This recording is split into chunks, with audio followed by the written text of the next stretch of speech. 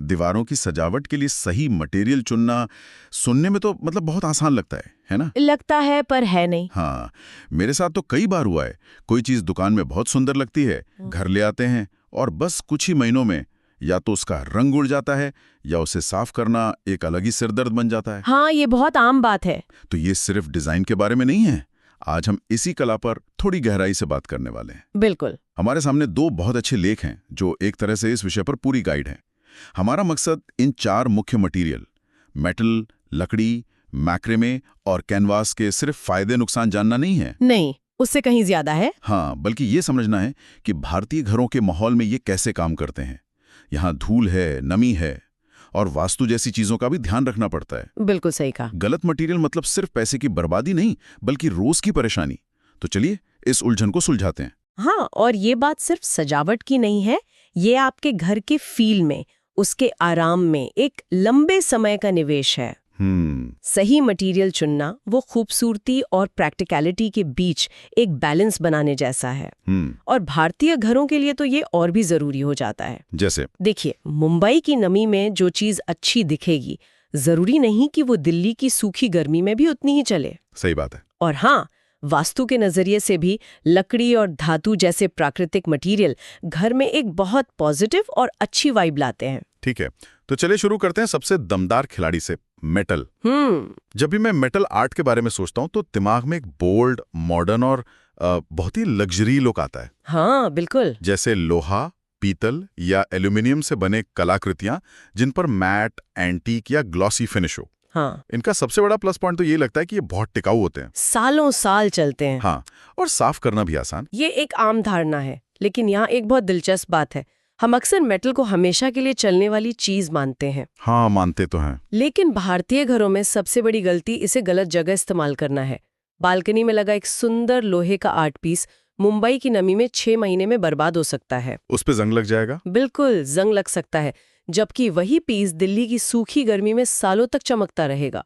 तो टिकाऊपन सिर्फ मटेरियल का नहीं, माहौल का भी खेल है। अच्छा। इसीलिए भारतीय मौसम के लिए पाउडर कोटेड फिनिश वाले मेटल सबसे अच्छे रहते हैं, क्योंकि वो जंग से बचाते हैं। ये तो एक बहुत जरूरी पॉइंट है। लेकिन मेटल के साथ एक और दिक्कत है। बताइए। कभी-कभी ज्यादा मेटल इस्तेमाल करने से कमरा किसी ऑफिस की लॉबी जैसा ठंडा और बेजान नहीं लगने लगता? लगता है, बिल्कुल लगता है। अगर किसी को वो मॉडर्न लुक पसंद हो तो क्या इसे बैलेंस करने का कोई तरीका है? मतलब क्या इसे किसी सॉफ्ट चीज के साथ मिलाकर इस ठंडेपन को कम किया जा सकता है? बहुत अच्छा सवाल है। यही तो असली डिजाइन की कला है। मेटल का मतलब ये नहीं कि पूरा कमरा स्टील का बना दिया जाए। इसका सबसे अच्छा इस्तेमाल एक स्टेटमेंट पीस की तरह होता है। इसे लिविंग रूम की मुख्य दीवार, जिसे हम एक्सेंट वॉल कहते हैं, या घर के एंट्रेंस पर लगाइए, जहां आप एक मजबूत प्रभाव डालना चाहते हैं। हाँ, एक आकर्षक प्रभाव।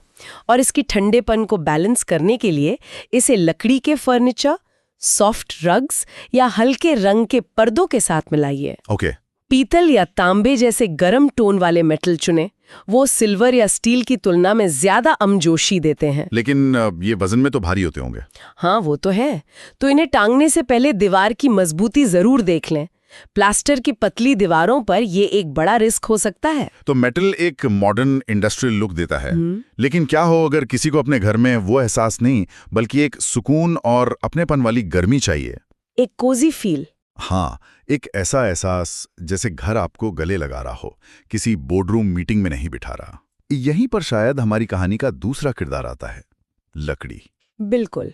अगर मेटल एक बोल्ड सुपरस्टार है, तो लकड़ी कहानी का वो समझदार और शांत किरदार है जो हमेशा सुकून देता है। वाह! ये गर्मजोशी, परंपरा और सदाबहार खूबसूरती का प्रतीक है। ठोस लकड़ी मतलब सॉलिड वुड से लेकर हाथ से तराशी गई कलाकृतियां या फिर प्रिंटेड वुडन आर्ट, इसमें बहुत वैरायटी है। और इसका सबसे बड़ा फायदा यही कि लकड़ी घर में एक प्राकृतिक, ऑर्गेनिक और सुकून भरा माहौल बनाती है। ये भारतीय इंटीरियर के साथ बहुत आसानी से घुल मिल जाती है। लेकिन लकड़ी का नाम आते ही मेरे दिमाग में 2 चीजें आती हैं। एक तो दीमक का डर और दूसरा मेंटेनेंस का झंझट। पॉलिश करो, नमी से बचाओ। आज की भागदौड़ भरी जिंदगी में किसके पास इतना टाइम है? क्या इसमें कोई लो मेंटेनेंस विकल्प नहीं है? ये एक जायज चिंता है, लेकिन आजकल बाजार में केमिकली ट्रीटेड लकड़ी आती है जो दीमक और नमी से काफी हद तक सुरक्षित होती है। अच्छा।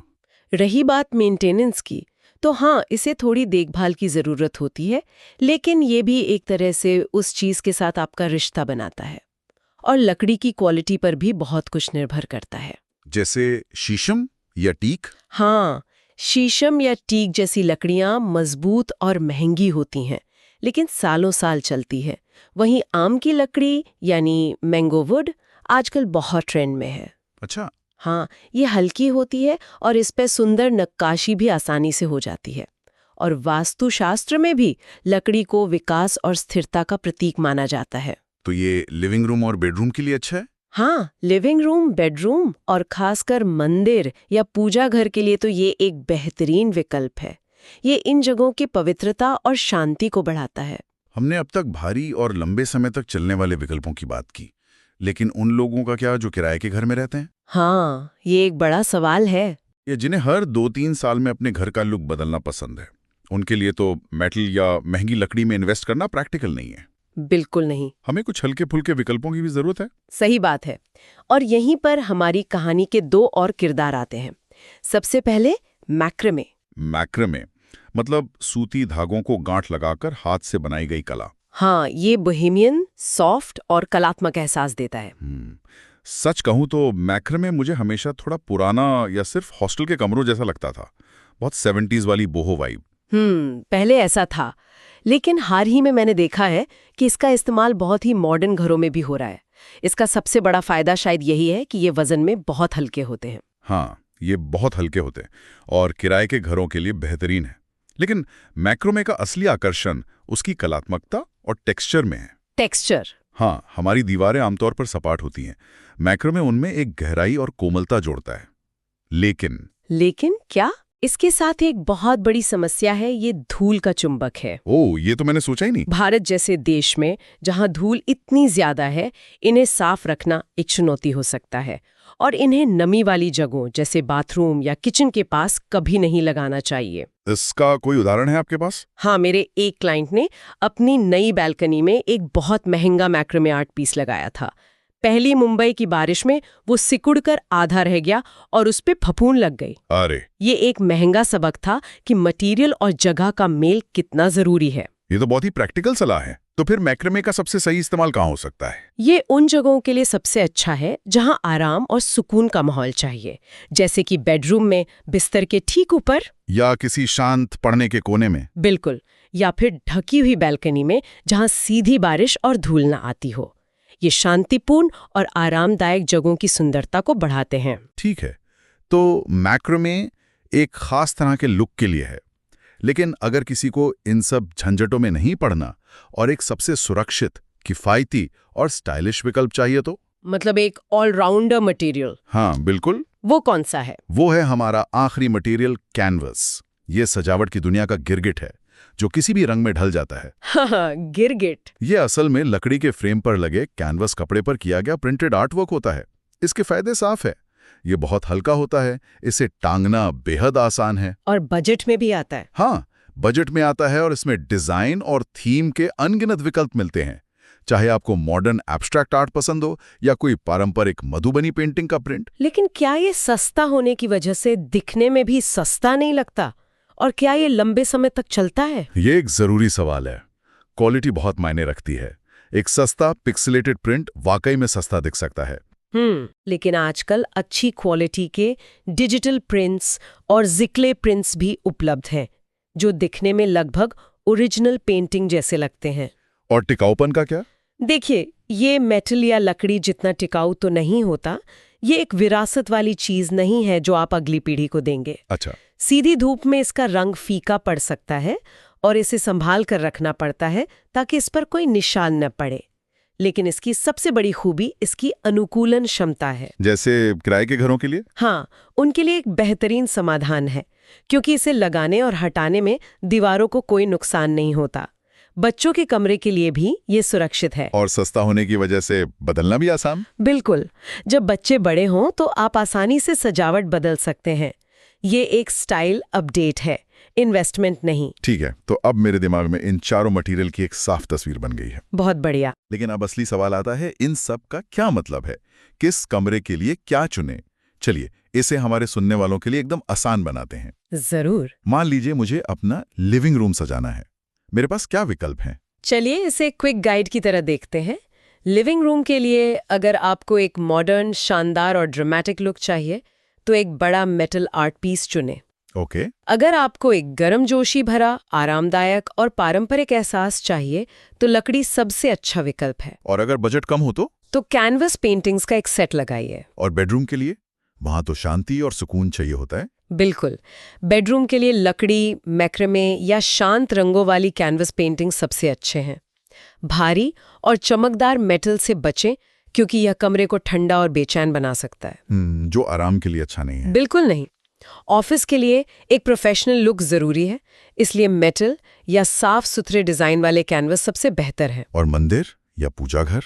उसके लिए तो वास्तु के अनुसार लकड़ी या पीतल जैसे धातु ही सबसे उत्तम है। ये पवित्रता और सकारात्मक ऊर्जा को बढ़ाते हैं।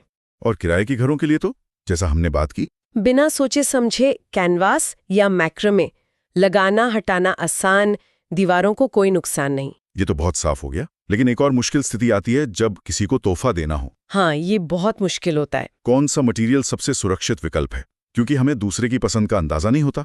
ये एक बहुत महत्वपूर्ण सवाल है, क्योंकि एक तोहफा आपकी भावनाएं भी साथ लेकर जाता है। सही बात है। अगर आप किसी के गृह प्रवेश के लिए तोहफा दे रहे हैं तो लकड़ी सबसे अच्छा विकल्प है। ये गर्मजोशी और स्थिरता का प्रतीक है, जो एक नए घर के लिए बहुत शुभ माना जाता है। और शादी के लिए? शादी के लिए आप प्रीमियम मेटल या अच्छी क्वालिटी की लकड़ी का तोहफा दे सकते हैं, जो लंबे समय तक चलने वाले और सुंदर दिखते हैं। वो रिश्ते की मजबूती को दर्शाता है। और उस स्थिति में क्या करें जब आप किसी की पसंद बिल्कुल नहीं जानते? तब तो रिस्क लेना मुश्किल है। उस स्थिति में कैनवस सबसे सुरक्षित विकल्प है। अच्छा। हाँ, ये हल्का है, किफायती है और आप इसमें कोई न्यूट्रल डिजाइन जैसे कोई लैंडस्केप या एब्स्ट्रैक्ट आर्ट चुन सकते हैं, जो ज्यादातर घरों में अच्छा लगता है। और एक आखिरी सलाह, चाहे आप अपने लिए खरीद रहे हो या किसी को तोहफा दे रहे हो, कुछ सामान्य गलतियों से हमेशा बचें।